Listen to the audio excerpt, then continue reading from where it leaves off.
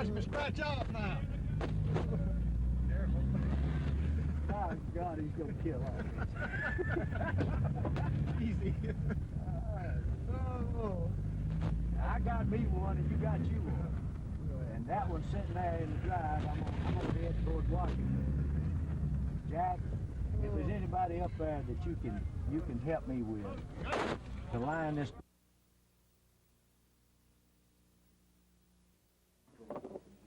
In his budget projections for the past 2 years, Social Security Director Ben Swindle has underestimated the state's obligations by a total of $15 million. So Committee Chairman Lee Pegues asked Swindle why the state even needs his agency if he can't fulfill his statutory obligation by estimating the budget. Swindle says the former budget officer used to make the estimates, so he's just learning. Pegues also says he's concerned about the cost of running the state agency for Social Security, noting that other states run their offices at considerably lower cost. Representative Rick Manley asked Swindle why the Education Trust Fund isn't participating in the sick pay exclusion plan.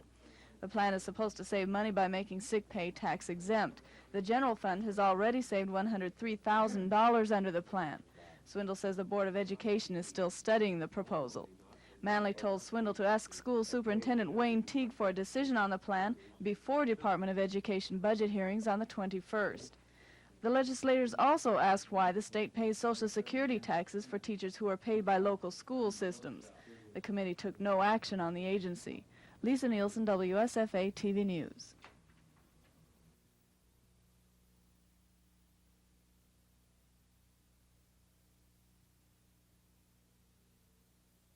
Is this correct? The newspapers run sometime in that point. We had no idea of federal funds in the entire area. The act calls for very little hopes and very little interest. However, with the change in the control of the Senate to the Republic a year ago, I realize that I'm in a somewhat of a precarious situation here. Not only that. Money was the main topic of today's meeting. The Deputy Sheriff's Organization is only 4 months old and is about to tackle their first state legislation concerning pay raises. Senator Harrison gave the deputies some tips on influencing legislation, like following in the path of the older and powerful Sheriff's Organization. Harrison suggested talking to citizens on the street, lobbying, but avoiding the temptation to unionize. That turns people off, especially people in the legislature. What you want to be is an association. You're not a union. You want what's best for you because it's best for the people of your county, and therefore it's best for the people of the state of Alabama. Harrison says he's all for salary increases for the deputies, something he says is essential if the public demands good law enforcement. Jane Matheson, WSFA TV News.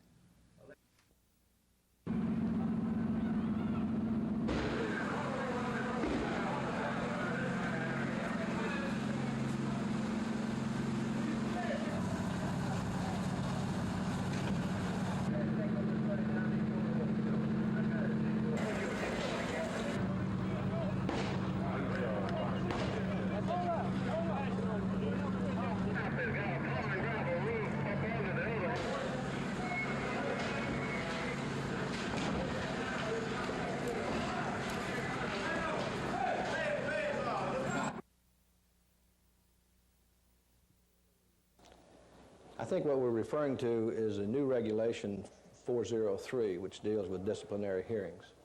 It was scheduled to go into effect on January the 15th. However, it will not go into effect simply because we've not had the training necessary for the institutional personnel in order to conduct the hearings. Commissioner Britton stated that a considerable amount of time and study has gone into this particular supplement to ensure that it does comply with the law. It was patterned after the 1974 Wolf versus McDonald Supreme Court case. Commissioner Britton also stated that this particular type of hearing process has been used in Arkansas and was found to be constitutional. The Alabama Prison Project is certainly entitled to their opinions, and we will welcome any opportunity to challenge the constitutionality of these proceedings in Judge Varner's court. Dr. Quinn says the association's chief priority is to see the passage of a realistic budget that will end proration. He says he's sure the association's members would prefer a realistic budget rather than a budget that could end up being prorated for the 4th straight year. As far as the passage of legislation, the school board members hope to make a change in the state's funding laws to allow school boards to transfer line items of state funds at their own discretion. The school board members plan to push for legislation in the area of employee tenure, for changes in the deadlines for hearing transcripts, tenure commission members' residency requirements, and some clarification and definition of transfer authority. The board also wants the state school superintendent to have the authority to change the attendance reporting period for certain areas in unusual circumstances. The amount of local funding for the entire year depends on those attendance records for the first 4 months of that year. Dr. Quinn used as an example the plight of Mobile County, which will suffer financially because of poor attendance figures during and after Hurricane Frederick, which hit during the attendance record period. Cassandra Taylor, WSFA TV News. 3 years ago, Congress passed the National Energy Act for the basic purpose of reducing this country's dependency on foreign energy sources. Part of that legislation is the Public Utility Regulatory Policies Act, or PURPA, which is designed to get power companies to promote energy conservation by their customers and to encourage the utilities themselves to promote energy efficiency. It also encourages production of electric power by cogeneration and small power producers. Today's required rate hearing was one step taken for those who are thinking about generating their own electricity. Alabama Power Company says it will pay 1.88 cents per kilowatt hour to customers who produce up to 100,000 kilowatt hours of their own electricity. Customers can in turn sell any excess electricity back to the power company. That rate offered to customers is about the same amount it costs the power company to produce the electricity.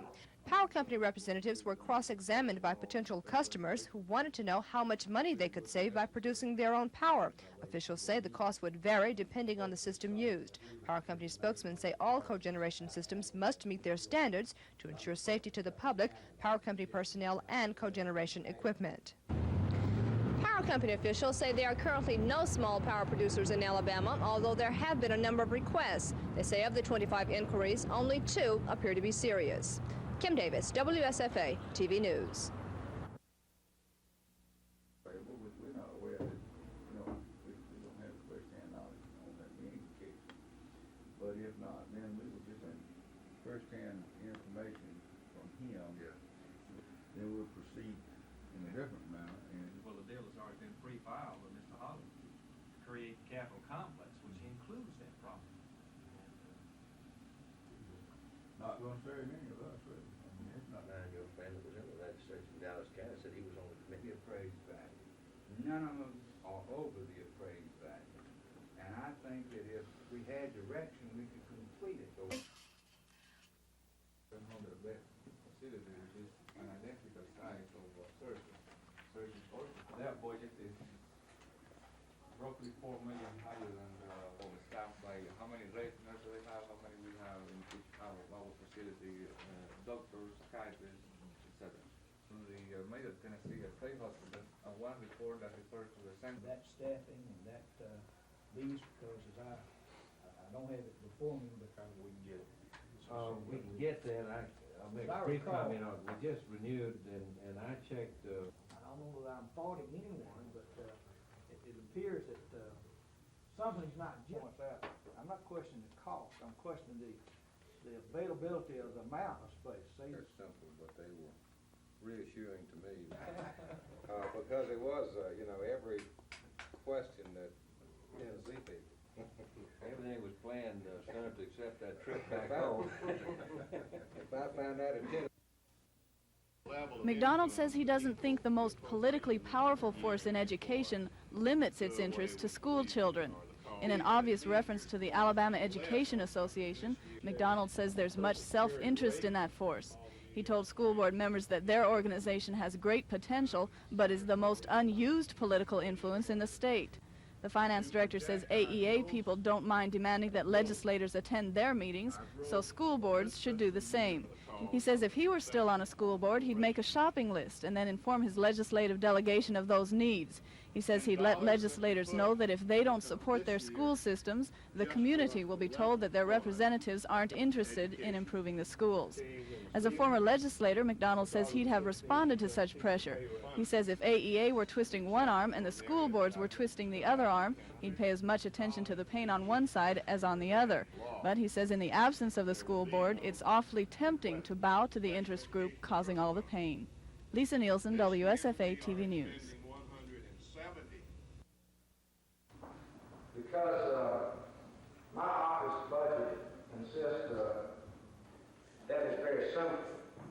The match that we had last year was that we did a great deal of traveling since we got statewide here. Possibly, you're right, that the law will appropriate you $3 million. The Department of Health and Human Services, which is a federal grant that is have to a certain degree, anticipate certain individuals leaving our office.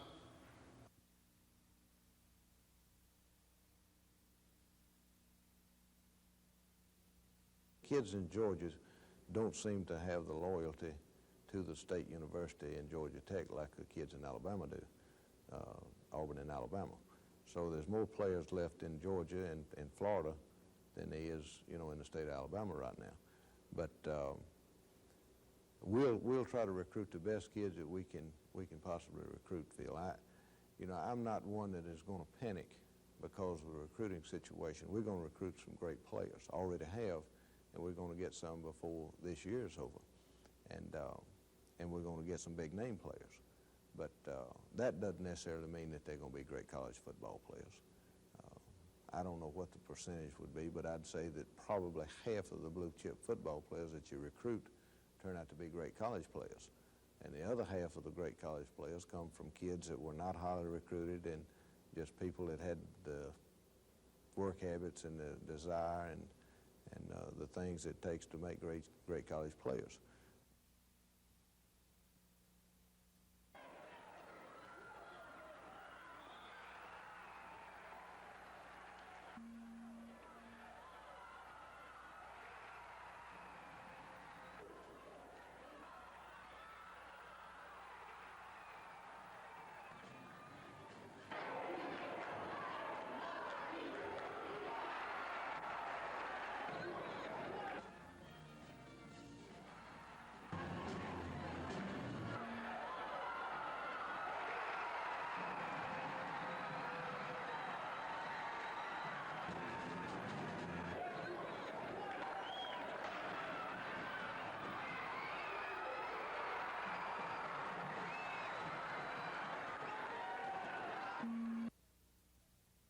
The new rules, which are to be released tomorrow by the Department of Corrections, will replace those contained in the old inmate handbook.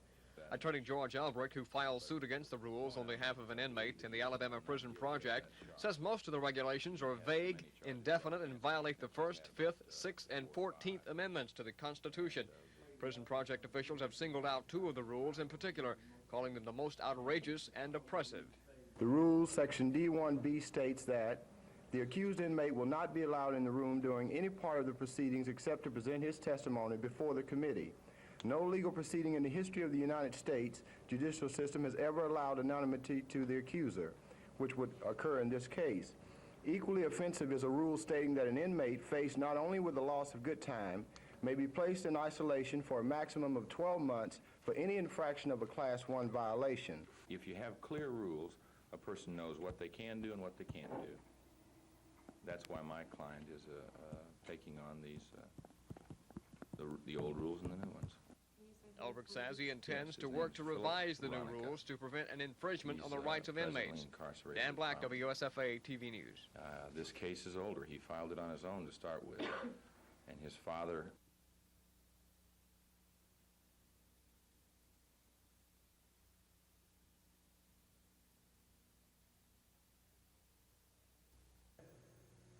State championships are nothing new to the Hooper Academy athletic program. The Colts claim private school titles in football and wrestling. They are hoping to hang a basketball banner from the walls of the Hooper gym. One thing's for sure, Coach Darrell Self has the Colts playing like a state champion. After 13-14, 13-10, and 21-6 seasons, Self has Hooper undefeated in 15 games this year. The Colts are averaging 70 points a game while holding their opponents to just 40 per game. The team's success is of no surprise to Self. We got 7 returning players from last year. They've all got experience, and they're doing most of our playing. And anytime you get 7 back on the basketball team, you ought to have a good shot at it.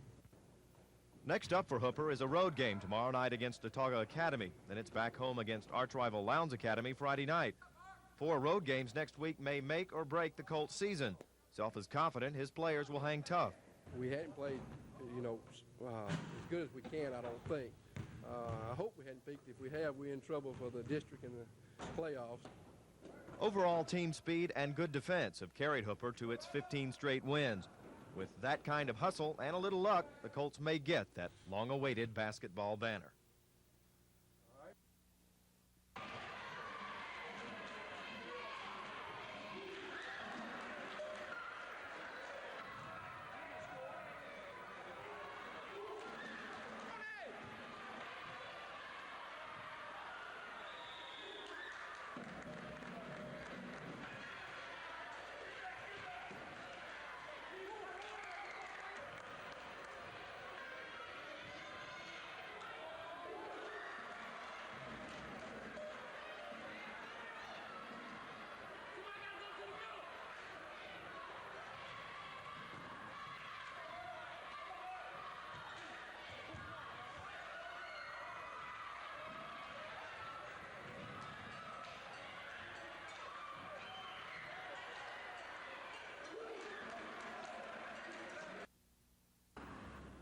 People drove with their headlights on.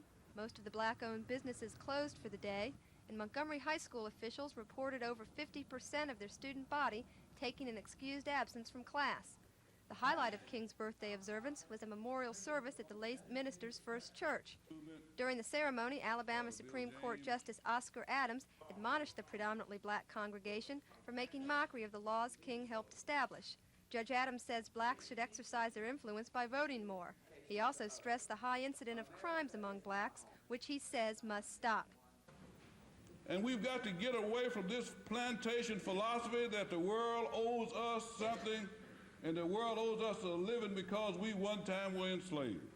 Adams praised the late civil rights leader for his ability to see both sides of black and white.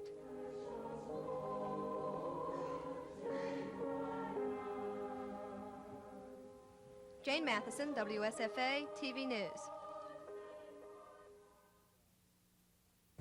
Chris, the bill will require that hospitals and nursing homes in the state of Alabama within 10 days after being requested in writing by the patient, it will require that the hospital and nursing home give to the patient an itemized list of those charges for services and other things that are done for that person while he stay in the hospital or nursing home.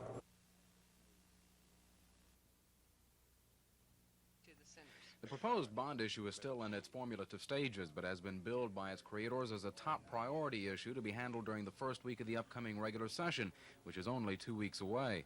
Medicaid Committee Chairman Senator Dewey White told Mental Health Commissioner Glenn Ireland that legislators won't be able to act on the bond issue if they don't know anything about it. Dewey wondered if anything less than the $85 million would do. Senator Lister Hill Proctor questioned the use of earmarked tax revenues to secure the bonds in light of the governor's efforts to unearmark taxes soon. Ireland defended the $85 million figure, saying it was the amount needed to improve mental health facilities in Alabama and do it right. The one issue Ireland tried to impress on the committee is the expected use of federal Medicaid matching dollars to pay off the bond and leave the state with enough money to keep staff levels up to minimum standards. In its earlier report, the Medicaid Committee said it felt the legislature ought to fully investigate the mental health system before acting on the bond issue. Chris Grimshaw, WSFA TV News at the Capitol.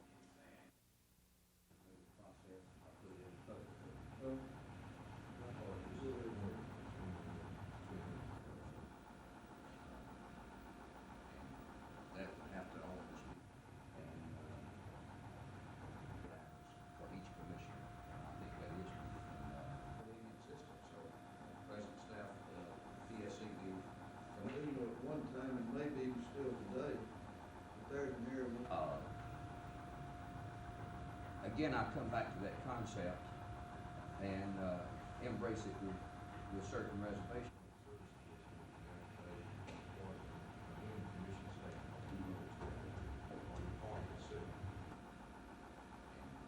That would have to always be a threshold question for me embracing that concept. You might establish it as some person of the legislative body process. I put it in public.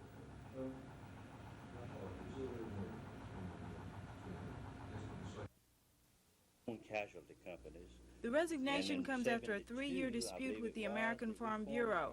An affiliate company of the Alabama Farm Bureau, Federated Guarantee Insurance, has been selling insurance in Georgia. Now the national company says Alabama is in violation of a memorandum of agreement, and the American Farm Bureau was in the process of expelling Alabama from its membership. Alabama President Goodwin Myrick says everything has been done to try to resolve the matter, but the state organization's board of directors feels the resignation is the best move. Myrick says Alabama farmers won't suffer as a result. In fact, he says they may even get more advantages since the company will no longer have to pay national dues.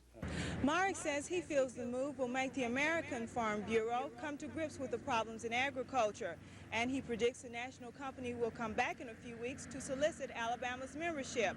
But he says the Alabama Farm Bureau won't rejoin with the present restrictions. If those restrictions are abolished, he says the board of directors will then reevaluate the situation and decide if rejoining is in the farmers' best interest. Cassandra Taylor, WSFA TV News. This will be the 10th time the Attorney General has tried to get a consumer bill through the legislature. Graddick says this time will be different, though. He says the consumer bill already has 50 co-sponsors in the legislature and the support of many organizations in the state, including the Alabama Retail Merchants Association, United Auto Workers, and the Retired Teachers Association. Graddick says the proposed bill would be enacted at no additional cost to the consumer and is the only way to stop crooks and thieves. We are known throughout the country, and it's common knowledge by all con men, schemers, people who are ripping off the public, that Alabama's a playground and a haven for crooks and thieves. And they can just about come here anytime they like and run rampant through our streets and take our citizens to the cleaners, so to speak, and leave without fear of any sanctions. The legislation outlaws making misrepresentations regarding goods or services. Graddick says the bill would also outlaw odometer rollbacks. Right now, the Attorney General's office gives most of those investigations to federal agents. Graddick says lack of support is the reason the consumer legislation never passed before. He says now, with the backing of these state organizations and various legislators, it had better pass. But if it doesn't, he'll know where to place the blame. Gina Gregory, WSFA TV News. The plaintiffs say what they are asking is appropriate because ASU is the oldest university in Montgomery. The four persons bringing the suit say priority must be given the school having seniority in years of operation in the service area. They also point out there appears to be no compelling basis for choosing a school under which the merger would be consolidated. The action comes after a Justice Department report charging that the state still maintains separate and unequal university systems. Governor Bob James has said a possible solution is consolidation of the three schools, and that would satisfy the Justice Department. The lawsuit is scheduled to be heard by Federal District Judge Truman Hobbs in Montgomery.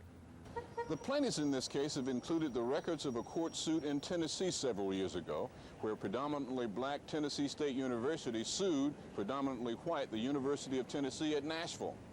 The Tennessee State people won that case. Both universities are now consolidated under the umbrella of Tennessee State University. This is Norman Lumpkin, WSFA TV News at the federal court.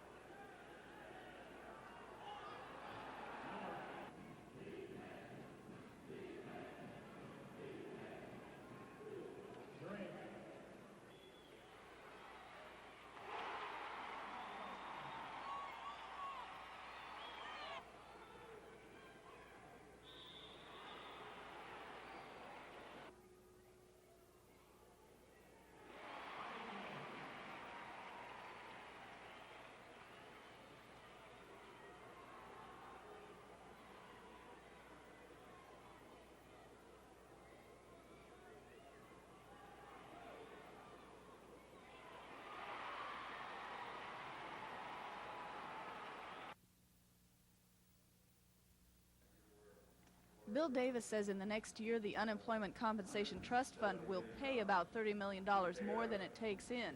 He says the state's high unemployment rate has put the trust fund in its critical posture. In his words, the trust fund is going to bust if the legislature doesn't take some action. Representative Bob McKee says elimination of unemployment compensation fraud would probably help. Another group asking for help is the Peace Officers Standards and Training Commission. Facing the loss of federal funds, that body has asked for a budget increase of 126%. That's $400,000 that would come out of the Education Trust Fund. The commission says police officers are required to take 240 hours of training, but the federal government will no longer pay for it. At the other end of the scale is the Personnel Department, requesting an 8% decrease in state funds. Legislators commended that department as one of the few not asking for more money next year. Lisa Nielsen, WSFA TV News. The night shift for a telephone operator is typically quieter and more relaxed than the hectic daytime schedule. During these hours after dark, more people are likely to call with some type of emergency. So the nighttime operator has to be ready for a variety of unusual situations, and if need be, to help the caller during the emergency. That's exactly what happened to Joanne Champion. I received a call from one of our customers in Union Springs early one morning, and she had told me that she had fallen during the night and that she was unable to get any help and that she thought she had broken her hip, which she had. I was able to call the police and describe to them how they could get a hidden key that they would need to get in to help her. And they were able to get in and get her to help. And she was all right. Joanne stayed on the phone with the injured woman until the police and an ambulance arrived. But before help arrived, she had to keep the woman talking so she wouldn't pass out again. In our training, when we start with the company, they prepare us for emergencies as far as being patient, understanding, knowing that it is an emergency case. With everyone that says it's an emergency, we just take it, and go with it. The woman later identified herself as Mrs. McCausland in a letter she wrote to telephone officials praising Joanne for saving her life. Later, the company's award committee decided that Joanne's action deserved a special citation, one which is rarely given. During the awards ceremony, Joanne was presented with a citation and a monetary gift. But perhaps more important is the fact that Mrs. McCausland is still alive and is expected to have a full recovery. Cassandra Taylor, WSFA TV News.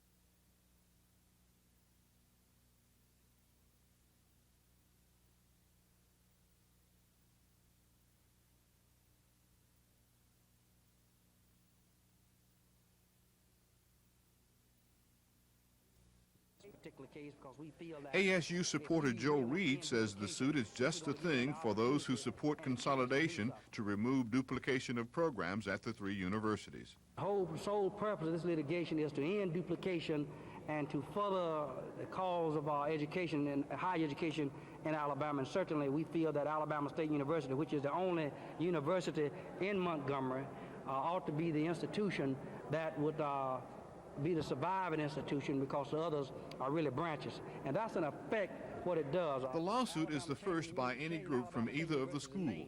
It is said by sources close to the situation that ASU supporters want to make sure the school survives any merger and that its longevity in the Montgomery area is not ignored when discussions take place about the criteria to be used in deciding what a consolidated school is to be named. The plaintiffs say a 1980 merger plan submitted by ASU was ignored by TSU and AUM. They say that plan would achieve the levels of desegregation now being called for by Justice Department officials. No court date has been set in the case, but Federal District Judge Truman Hobbs is expected to hear it. This is Norman Lumpkin, WSFA TV News reporting.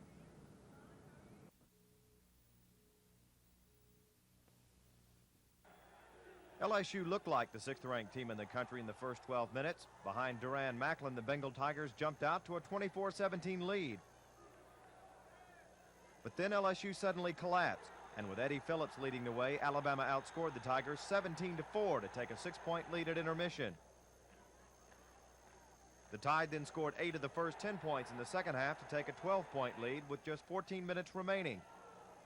But things suddenly went sour for Alabama. The Tide couldn't buy a basket, and LSU was hitting everything. In 4 minutes, the Tigers had cut Alabama's lead to a single point. A layup by Macklin with 3:08 to go gave LSU the lead it never relinquished. After the game, a relieved Dale Brown in the LSU dressing room. Personally, I think Alabama's an outstanding team. They're just a few points short of being 5-0 in this league and leading both us and Kentucky, so we knew they were good. We also knew they were going to be our stiffest test up to this point. Alabama coach Wimp Sanderson said his team played to its potential. I think we played them as good as anybody's played them. And that's not good enough, and I'm not pleased with, certainly not pleased with the loss, and we didn't come in to play them close either. The Tide, now 2-3 in the conference, host 3rd-ranked Kentucky Saturday night. 4-0 LSU hosts Georgia Saturday afternoon. Dave Cody, WSFA TV Sports.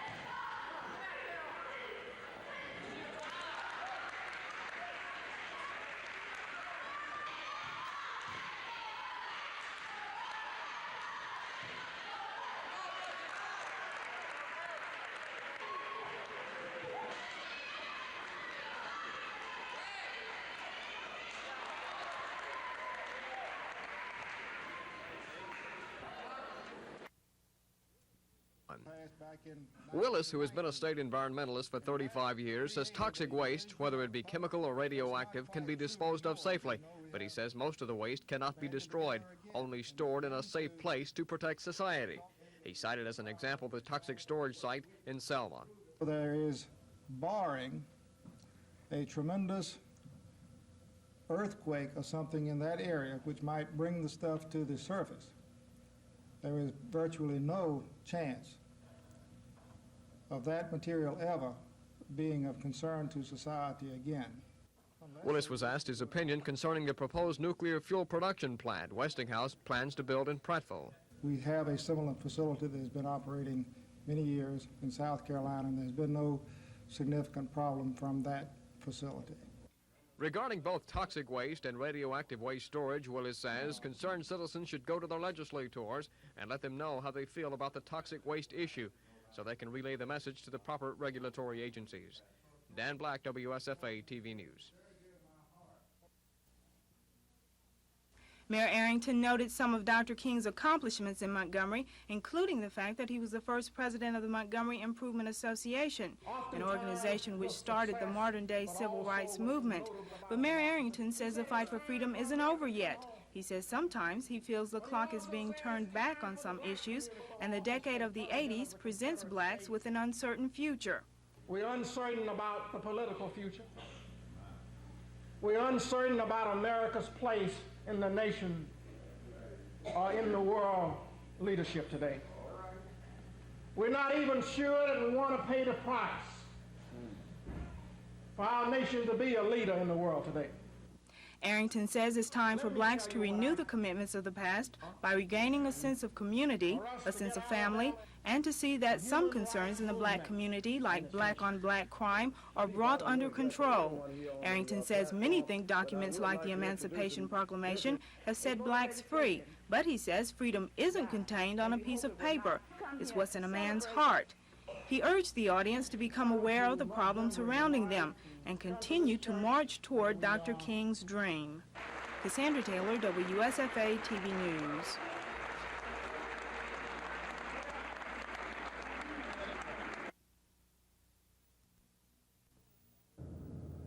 Forest fires such as this one near Mobile last week have been commonplace for several weeks now. Forestry officials blame tinderbox conditions and arsonists for the fires, which so far have destroyed more than 32,000 acres of forest land. Firefighters are working around the clock to put out the fires. Our worst area is the Cherokee-Cleveland County line.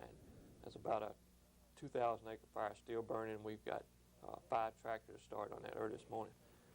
Then we've got fires still burning in St. Clair and Jefferson County.